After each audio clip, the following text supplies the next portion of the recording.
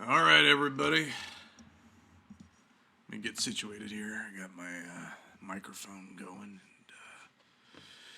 got my pack of Marlboro Deep Crimson Red. And I got my can of Schlitz right here. Oh, that's good. Anyway, it's Jan fucking Michael fucking Vincent, and I'm back doing another one of these. This is for season 1, episode 6. What the fuck is it called? One Way Express. One Way Express. Again, I've never seen it before in my life, so let's see if this is good or is it a fucking turkey. We'll find out. I mean, we haven't really had any turkeys yet, I wouldn't say, and that last episode was a real humdinger, so we got high hopes for this one. But let's see, we're going to start off with a commercial probably. Yep, there we go, for one of their NBC Peacock fucking lame-o shows. Very diverse cast, though, and I'd say about 2/3 are either the real McCoy or pretending to be gay, so that's, I guess, good for America.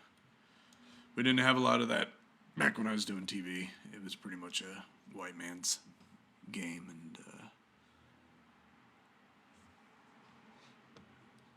you never heard me complain about it.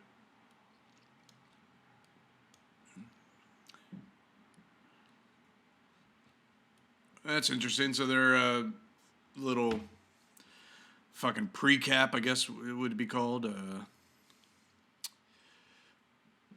Looks like Stringfella and Ernie will be doing stunts on a Hollywood production here, and my character thinks it might be a cover for a heist or something. I mean, that sounds like a pretty damn good plot if I've ever heard one.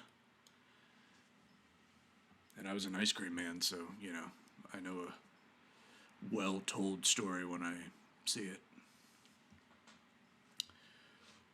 I'm a little bit of fuck you, Jan Michael, fuck you, man, come on, fucking get it together. I was gonna say I'm in a little bit of a mood. Had to mail out some fan letters back to the Jan Michael Vincent fan club on Earth. It's about 175 fans nationwide. They're still going strong, even though I died about a year and a half ago. And yeah, you know what? I mean, the post office in heaven is the exact same as it was on Earth. Just a fucking a soul sucker, man. I mean, just a fucking thing. All right, I'm talking over some of this shit. So there's what the hell is going on here? So we had a pre-cap, and now we're having a recap of the whole series? I mean, it's episode 6, for crying out loud. Those are all true. I'm reclusive, sensitive, and a loner. Still am that. I'm not 34 anymore. That's not by a long shot.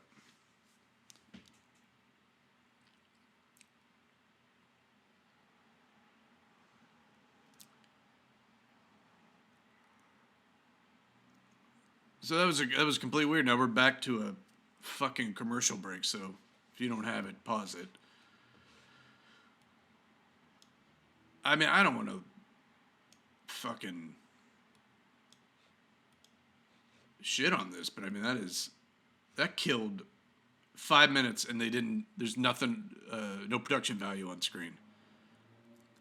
They did a pre-cap to the episode you're about to watch, and then start the episode with a recap of the entire series. I mean, Christ, guys. I mean, there's phoning it in, and there's phoning it in. And I phoned it in. I'm Jan Michael Vincent. You're lucky if I showed up for work. I killed 2 minutes. Okay, still. All right, here we go. Title, One Way Express. Here we go. Here's a truck. That's where you should be at. And I should be outside smoking, but not to damage the mic. But, I paid for it at the Heaven Best Buy, and I don't give a shit.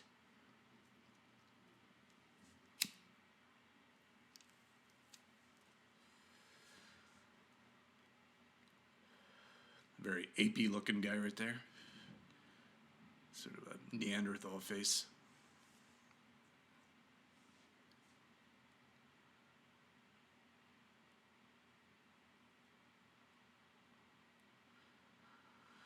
Of course, you can't look at Hollywood shooting anything like this, a dangerous stunt with a helicopter, and not think of the Twilight Zone mishap. And of course, I call it a mishap, but what it was, essentially the murder of 2 children and Vic Morrow. Poor bastard, I mean. Cut his head right off. Burton Amos wrote this episode. He was a good guy. Never went out drinking with us. I remember that. I remember he'd always say, "No, Jan Michael, we're going to keep it strictly professional." And I didn't get it, but I sort of respected it.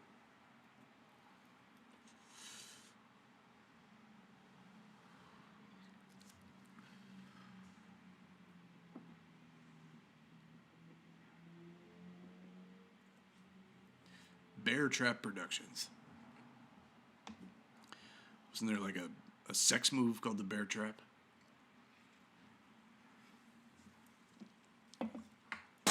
It's something to do. She had to have a few dingleberries in her butters. I'm sorry, I don't know what I've had a weird day with the post office.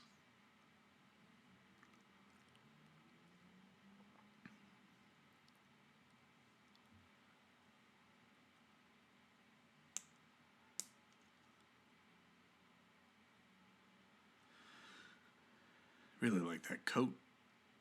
That's a good coat. If I was on set that day, I would have definitely yanked that and taken it home, put it in my Jan Michael movie wardrobe collection.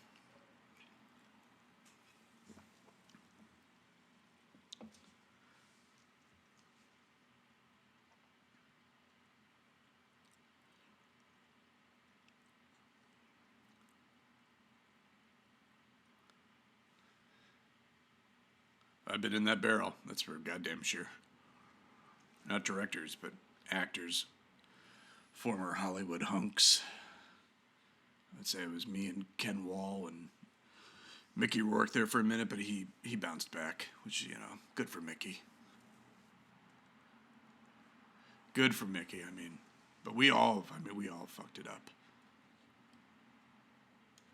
I lost a leg eventually. Mickey fucked his face up trying to box. Just kind of fucking outrageous. Height of his career. Decides to go box hobos for, a tenth of what he was making on those 9.5 week movies,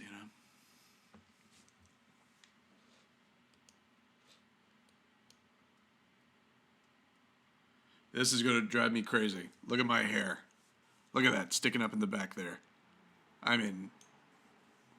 I wish I could fire the hair and makeup person now, even whatever they're working on. Maybe they retired.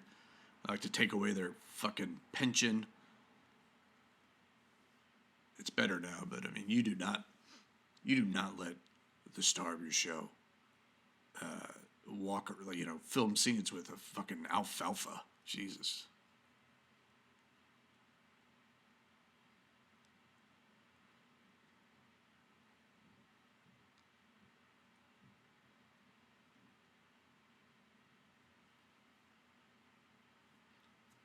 Look at the eye work. Look at me.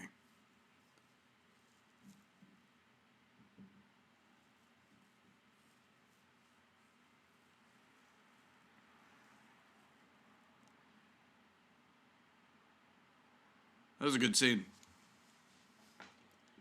2 titans duking it out like Pacino and De Niro and Heat or De Niro and Efron and Bad Grandpa. Just, you're not going to find better acting like that on TV. Maybe when ER first went on the air, Anthony Edwards was really carrying that entire crew on his back, if you ask me my opinion.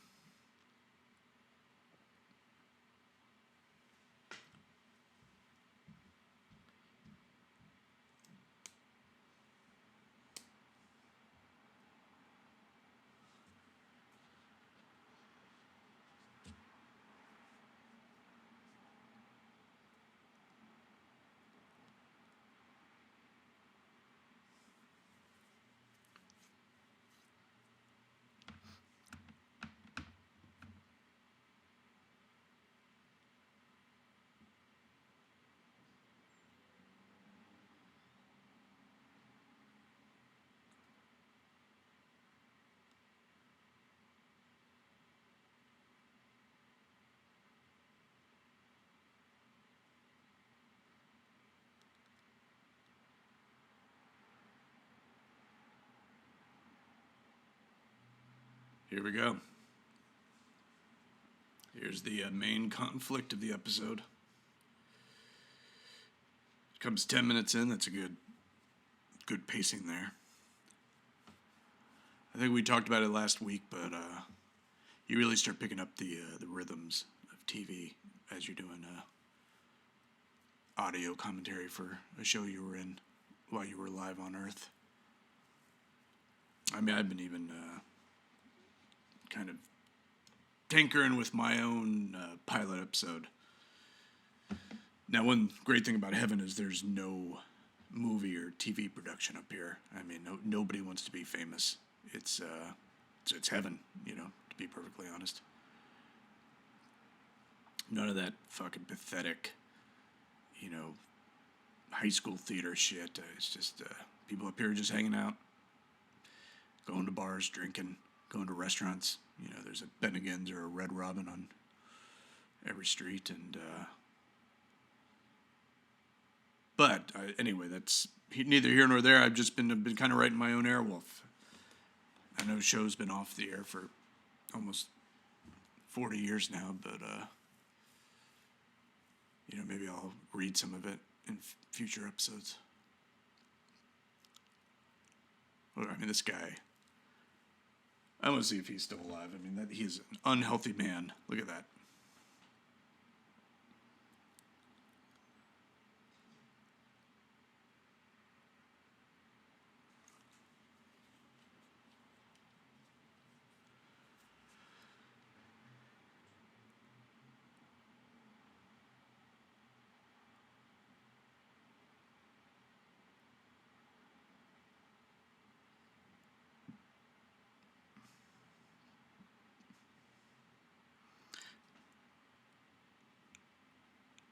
Now that guy, not the tubby guy, but the other guy. That's that haircut is interesting. It's like a kind of Caesar-esque, George Clooney before George Clooney did it. And he probably didn't think two flying fucks about it. I mean, that's just how he wore his hair. And 15 years later, Clooney does it on ER, and every guy's in the barbershop ruining his cough, and women, their snail trails, or look, I don't know what I'm talking about. Sorry. I think that Marlboro got me a little buzzed.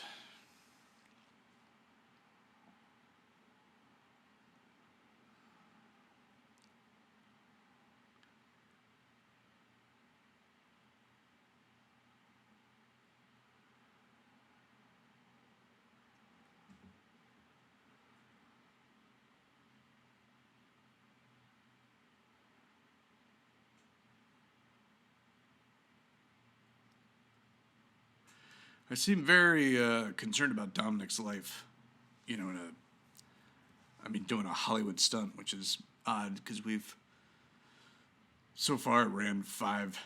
We run military missions willy-nilly, and seem too concerned for anybody involved then, you know. So this is an odd motivation for a string fella.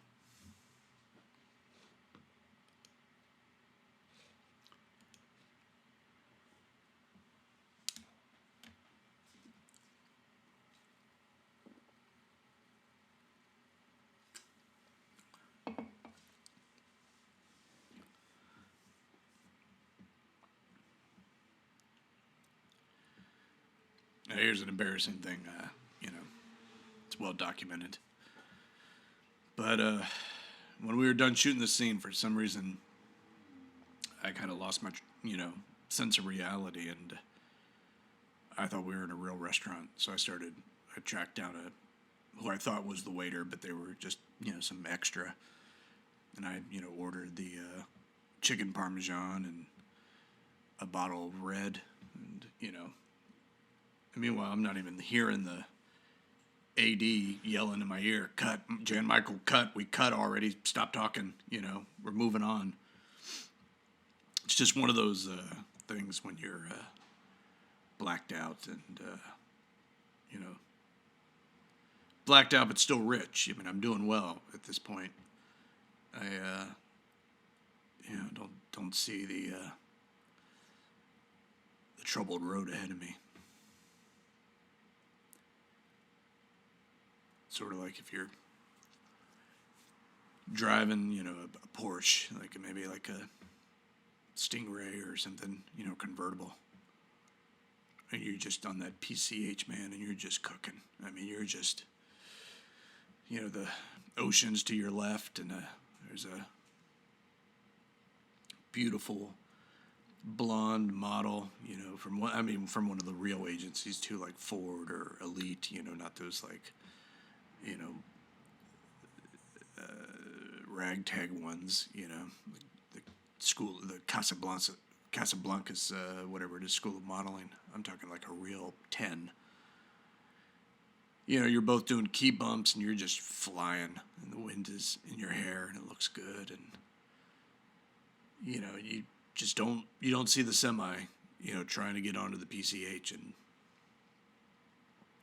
I mean, this particular time I managed to swerve it, you know, but I easily could have plowed right into it, and I don't know, I didn't think we would have gotten to this episode, you know.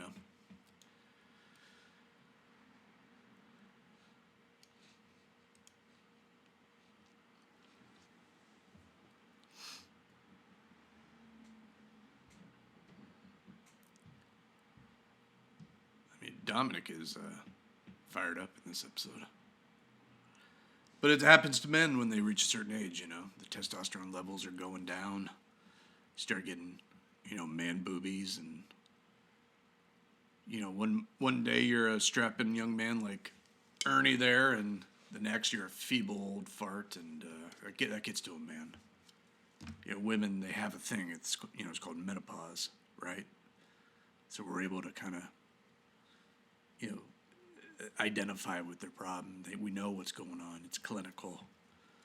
But with men, it's something different. I mean, you're not the lion you once were. And any broad that's looking your way, you know, clearly just wants the pocketbook.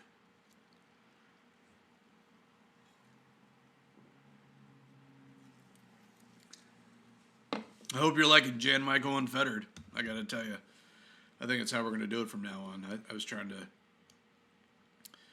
We're in commercial, by the way. I don't know where you're at, but I don't give two flying fucks. I mean, this is me. This is Jan Michael, and I'm gonna kind of keep it at this level for the next 40-something episodes that I got left. I mean, those first couple, I tried to toe a line. I thought maybe if I played it safe, you know, played a little ball, the suits at the Peacock would, you know, they would sort of take a shine to me or something, and I don't know, at least give me a free fucking subscription, you know, a commercial-less one. But I think about it after the third episode, and, you know, they're not even responding to the emails when I send the episodes in. So I say, fuck it. I'm just going to say whatever the fuck I want from now on. All right, we're back. Stringfellow's talking to that old cocknob, Alex Cora, Mr. White.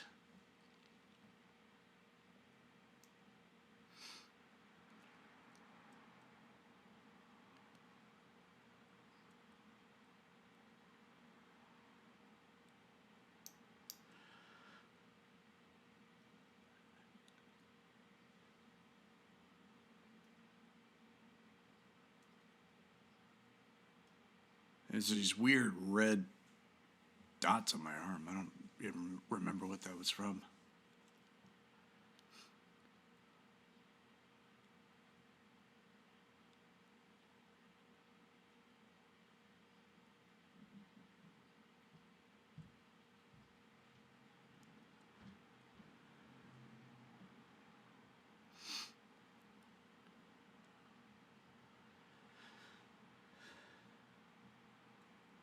Is that a term, crawfishing?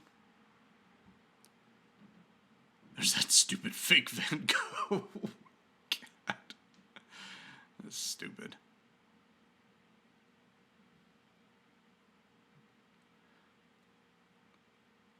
Am I wearing penny loafers and white socks? I am. I'm wearing penny loafers and white socks. Jesus. Was that a look? I don't really remember. I don't remember penny loafers and white athletic socks being a look in the 80s.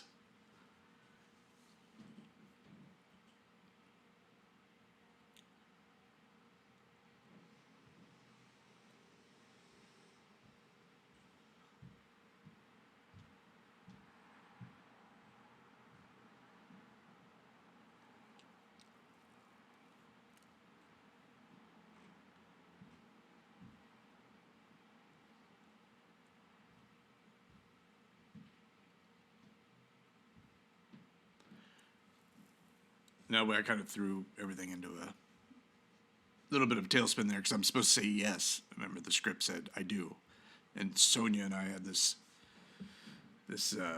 whole backstory, love story sort of thing, and I just for whatever reason, again, I was in a mood, much like I am today, and I just refused to say yes. So they do take after take, and I'd say no and nope and no way and never heard of her and who, and finally they figured he's being a prick today, so let him say no and we'll just do a quick rewrite, and that's what we had to do.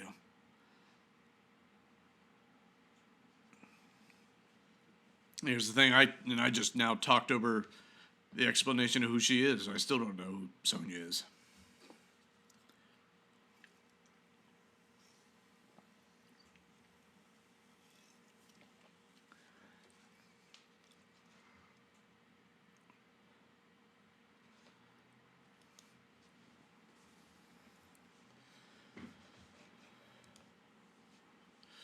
Some beautiful snow shots there.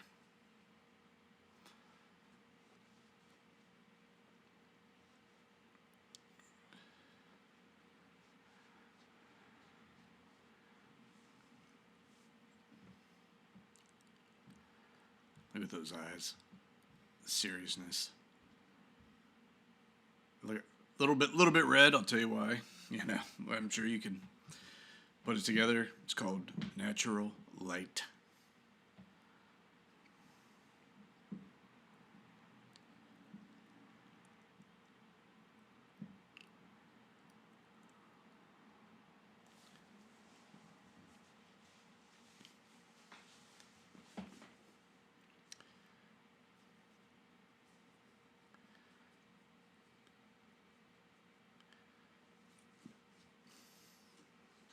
Almost got that out without slurring.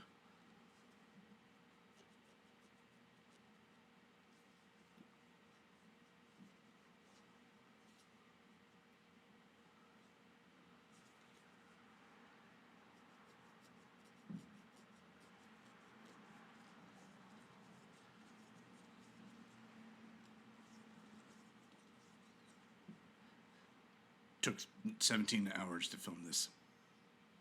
This is a lot of lines for old Jan Michael.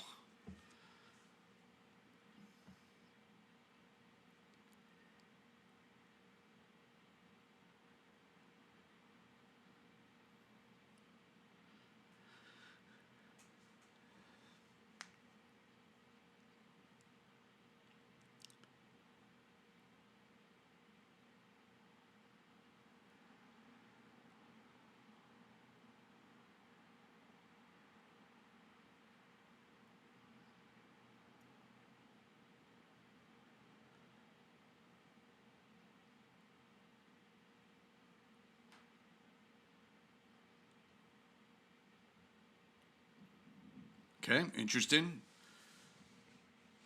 So we got a little bit of reveal, a little bit of intrigue, if you will, and that's just about halfway through the episode. So that's, again, for you aspiring screenwriters, I mean,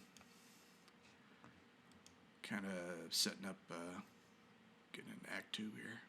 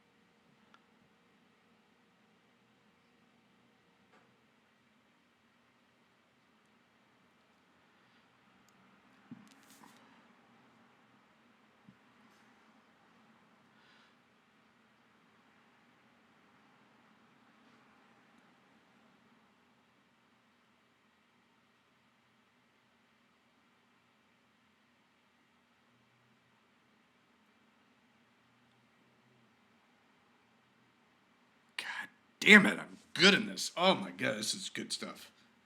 This is good stuff.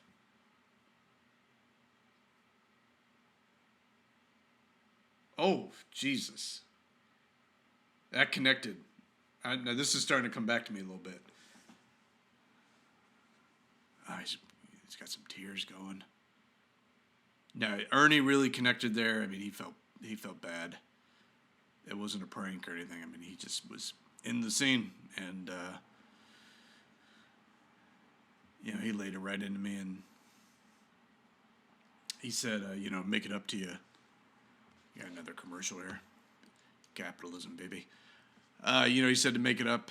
I could take one swift kick to his nutsack, and it's not as bad as it sounds because Ernie Borgnine, a lot of people don't know this. You wouldn't find it in his Wikipedia, but he had one ball. He was born with one testicle ball, and what's even weirder is it's not like it was in just one part of the sack and then the other part of the sack was empty. I mean, it was like in the middle, and so he had one huge gigantic ball, and then the ends of the scrotum just hung down like a Dachshund's ears. You know what I mean? And anyway, so I just kind of, like a soccer player, just put all my force behind it, and that was it. That was even Steven. That's how Ernie and I rolled. I mean, two bears with nothing but respect and love for each other, but every once in a while, fist would connect with skin, and that's how we did it back then. Anyway, speaking of being a man, I'm holding this cello again.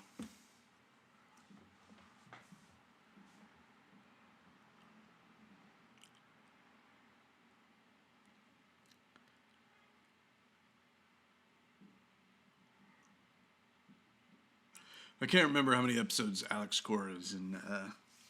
If he was for the whole run, I think he might have been. That's an interesting thing to go to work every day and wear one white outfit like that.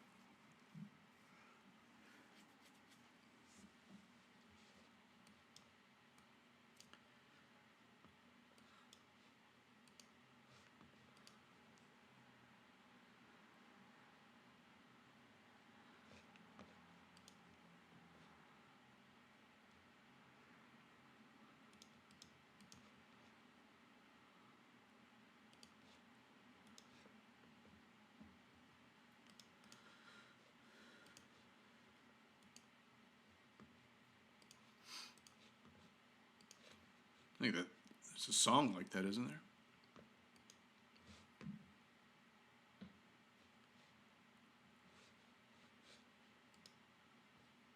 All right, here comes old Chicken McNugget, man.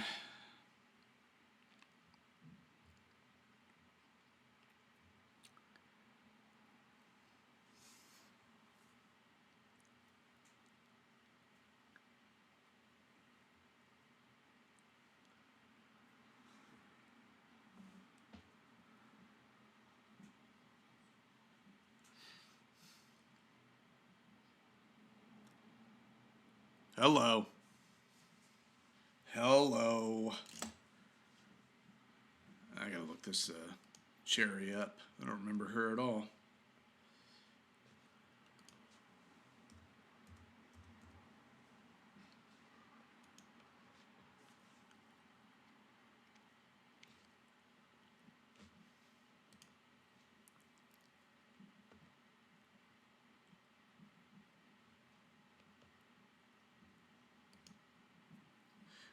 Interesting. This episode has a higher rating on IMDb than last week's, and I thought last week's is much better than this one. No disrespect actually to Burton Armis, but this one's dragging a little bit. If you don't mind me asking. Okay, this is an actress named Leanne Hundley. Still looks good. Has done 634 episodes of Days of Our Lives. My God. Talk about an odd place to go to work every day. From 1982 to 2021, she's still on the fucking show.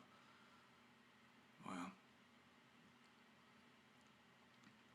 Did I ever do a soap opera? Jan Michael, here we go. My last movie, by the way, was White Boy in 2002. Let's see here. Oh, I did some interesting shit. I did the Banana Splits Adventure Hour, 1968 to 1970. Let's see here. I did some Lassies. I did a couple of Bonanzas. Now we're talking. That's Michael Vincent. I did a show called The Survivors with Lana Turner and George Hamilton.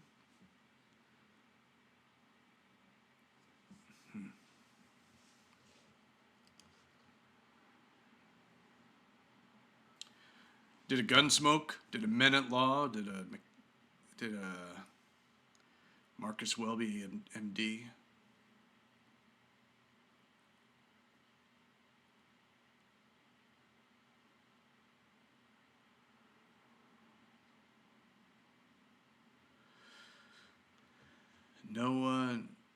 No soap operas.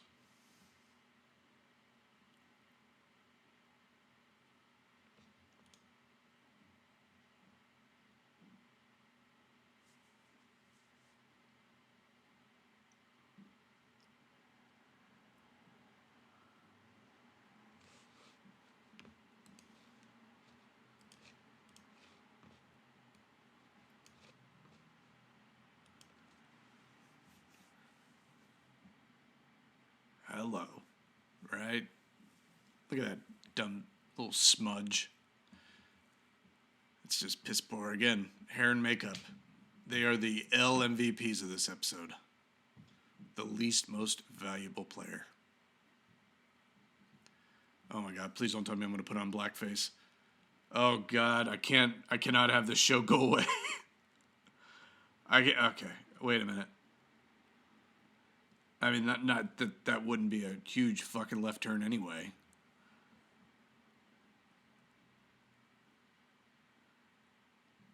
God, that is close. I mean, people today, I mean, you don't even need context or intent. I mean, they just want to ruin your life.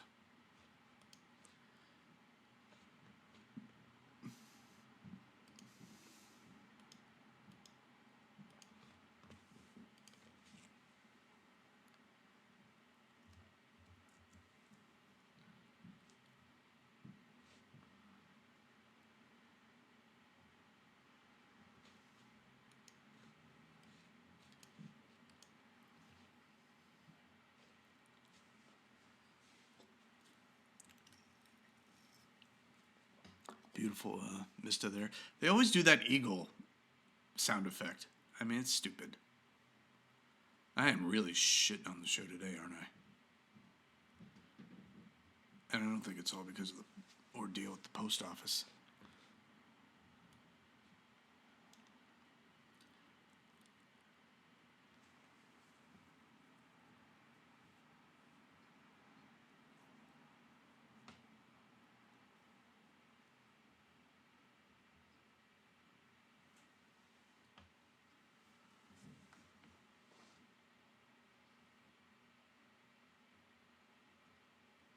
Interesting.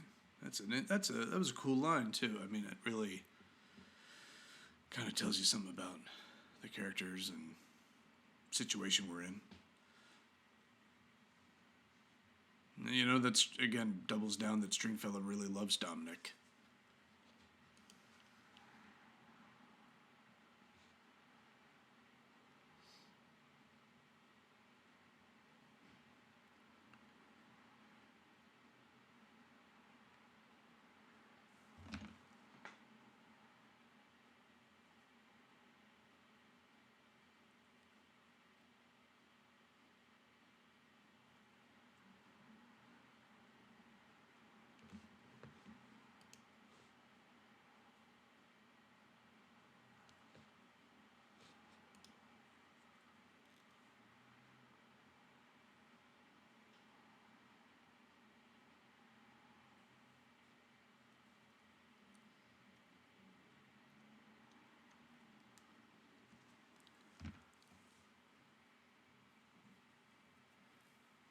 Here we go. Here's the music. Here comes that montage that they do every week. You know, we're gonna get about 6 fucking minutes here of just visuals, no dialogue, no nothing.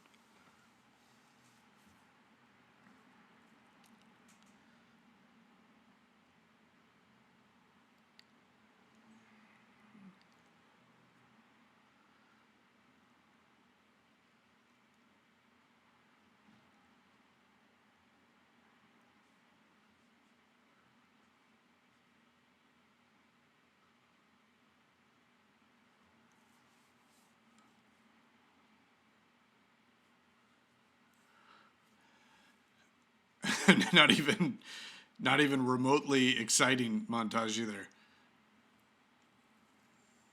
Just some shots of it just flying, and then his hand. I mean, we know he's at the joystick there. I mean,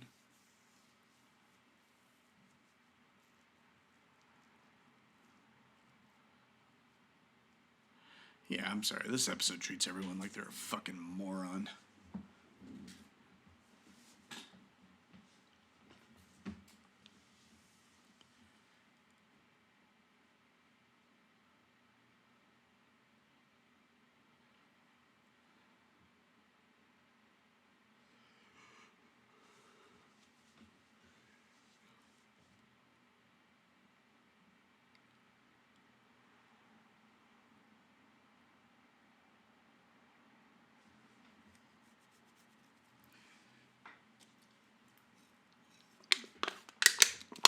Finish that Stroh's and fuck it.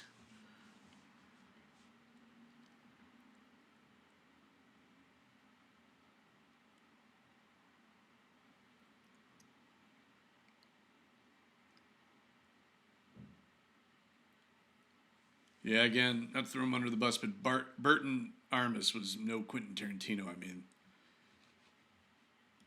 mean, the men in this episode are bickering like a bunch of ninnies. Very out of character. I mean, Ernest Borgnine's crying. I know every once in a while you want to try and rope in the female audience, but I mean, you just can't betray the characteristics of the main principals, you know.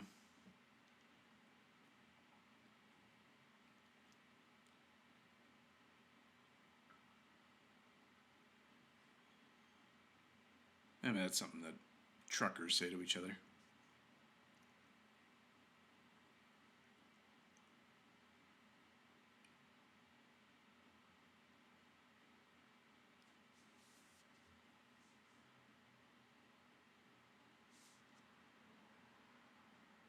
Oh, okay. I see what's going on here. I forgot that fat fuck is in on it.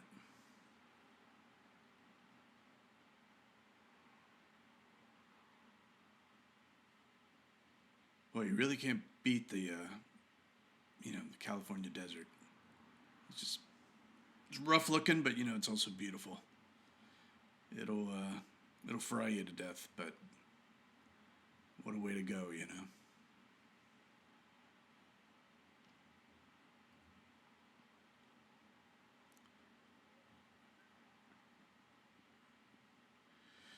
All right, here's a commercial. God damn it.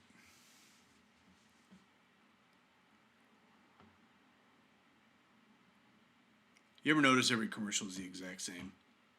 I mean, this one is every commercial with features couples, at home or something, and the laundry's got to get done or whatever the scenario is. But I mean, everyone, the guy is a complete jackass, and the woman is a real bitch. I mean, that is every commercial. That is he's putting cereal in the washing machine, and she comes over and hands him a Tide Pod and kind of gives him a look like, he's a mongoloid or something. I mean, that is just every commercial. Guy's a complete idiot, and she's a cunt. And now that I've said it, any commercial you watch from now on, you will spot it right away. And that's how they want us to look at each other, I guess. I mean, there used to be a time in this country when, you had aspirational commercials. You had the tough guys like the Marlboro Man, and OJ was doing Hertz commercials. Women were glamorous. Even up here, I mean, most women, they just kind of look like they rolled out of bed, and they're in sweatpants and tank tops and fluffy sandals or some shit. All right, this stuff's all kind of cool. I mean, this is pure action right here.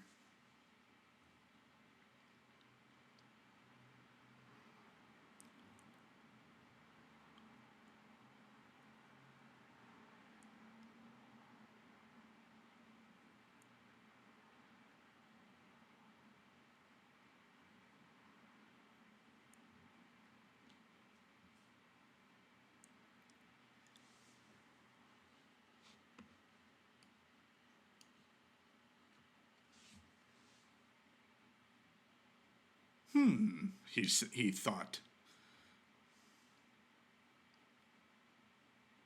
Here we are all in blackface.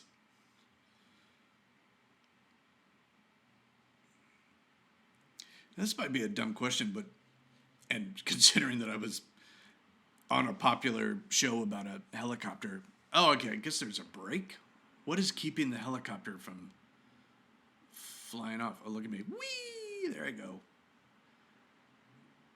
Yeah, I mean, good luck shooting me with that little pea shooter.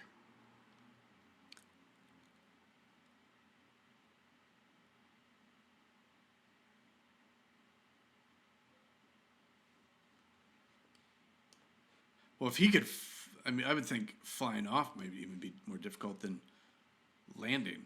So.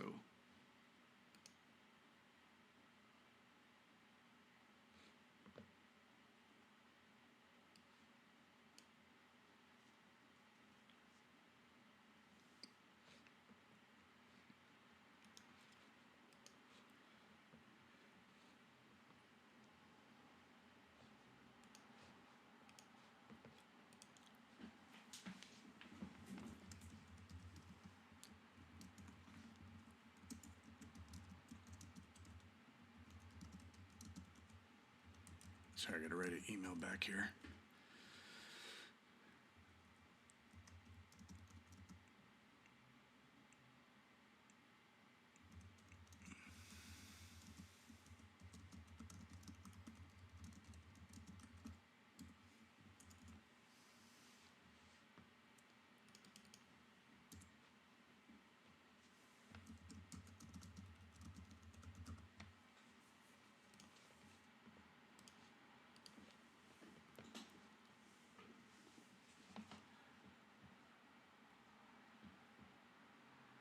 I'm doing like some scarecrow thing here. What's... I don't know if that was supposed to be played humorously or...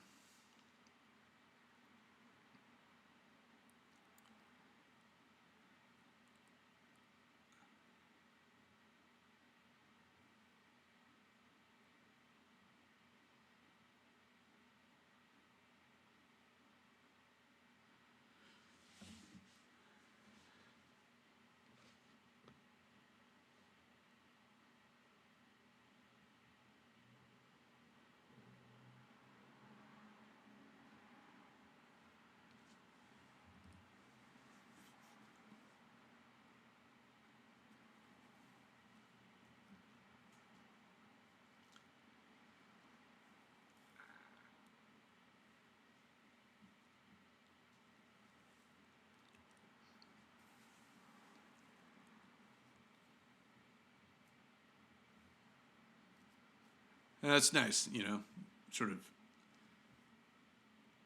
fix the friendship there a little bit. And, with a simple, this little compliment, don't need to drag it out. I mean, we don't need to burden Armis it all up, with a bunch of feelings and shit. Just, I tell the bastard he did a good job, and, he doesn't throw it in my face or anything. He just goes, all right, we go, and we're going to go stop this heist from happening. And I must have talked over whatever the fuck they're stealing, because I don't remember.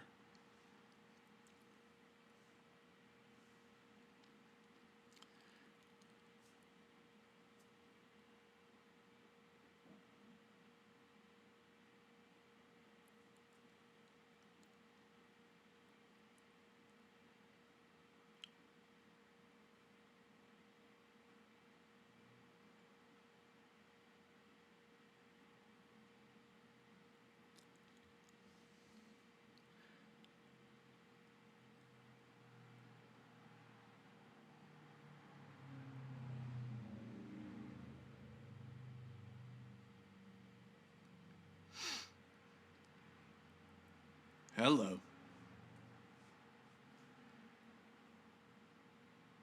You're busted. Airwolf busted you. You three-chin freak.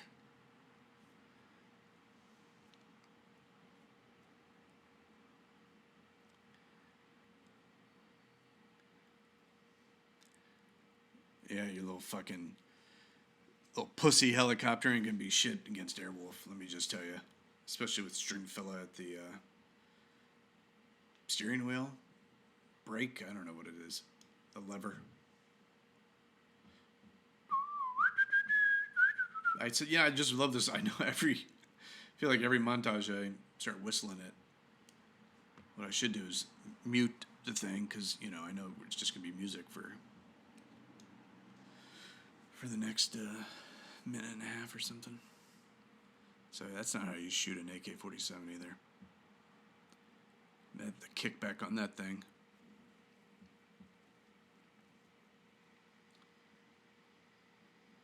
I think it's adorable when actors shoot guns. They go into training and they act, so serious about it. Something that a 14-year-old in Alabama learns, just, hanging out with his uncles.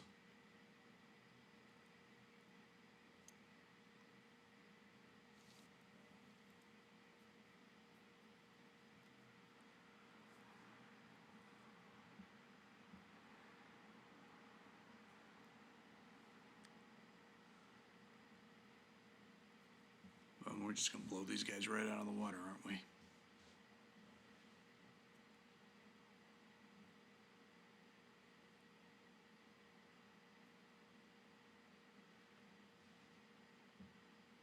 So, I mean, I gotta say, I mean, not my favorite episode. I think they were trying something interesting, on paper, or I guess in a pitch room, that, movie production, but it's really a heist is, interesting, but I don't think they pulled it off this episode. But what do I know? The people at IMDb, the people that vote, give it stars, they seem to dig this one, and in the end of the day, that's what really matters, is the fans. And the paycheck. I mean, the paycheck way more than the fans, but, you know.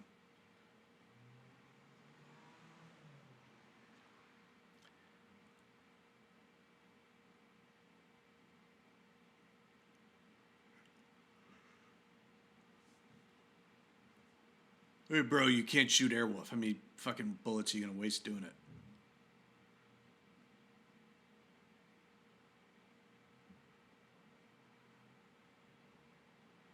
I mean, my eyes are bloodshot to hell. Not now, I mean, in this shot, but also then, too, you know? Or now. You know what I mean? At all times. Jesus Christ. I lost a goddamn leg from drinking. You know how much you have to drink to lose a leg?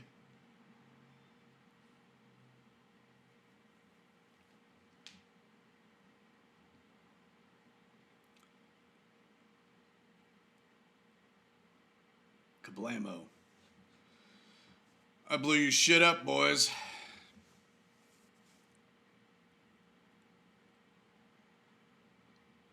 Am I gonna cry? What is going on here?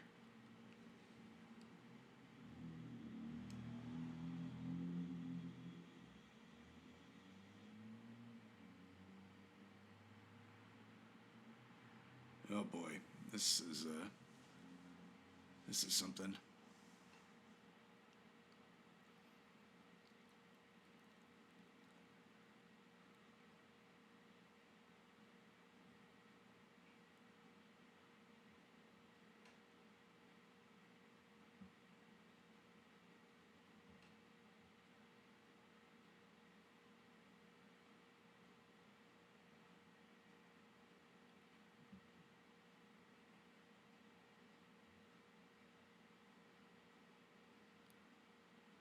This was a real log and a real saw, and that's all we got left. The fucking episode's over. Jesus Christ. I'm sorry. I don't even feel like this was that great of an episode on my end. I'm just going to go ahead and turn it off. Yeah, well, we'll regroup, and we'll do this all again next week. And, you know, I thank you for tuning in and, you know, listening to me go on. So, all right, then I am Jan Michael, and you take care of yourselves. I love you. I really do. I love the shit out of you. Every single one of you. Everybody who's listening. You have no idea how much your support means to a washed up old Hollywood has-been who's now in heaven. I mean, it means a lot. And just, I wish I knew how much you guys loved me when I was alive. And maybe things might have been a little different. Maybe, you know. Can't dwell on it. Certainly can't go back in time and change a thing. But, and you know what? It's better to, it's better to know that you care now, you know, than,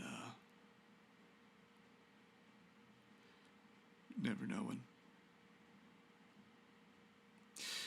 All right, Jan Michael, and I'll see you next week.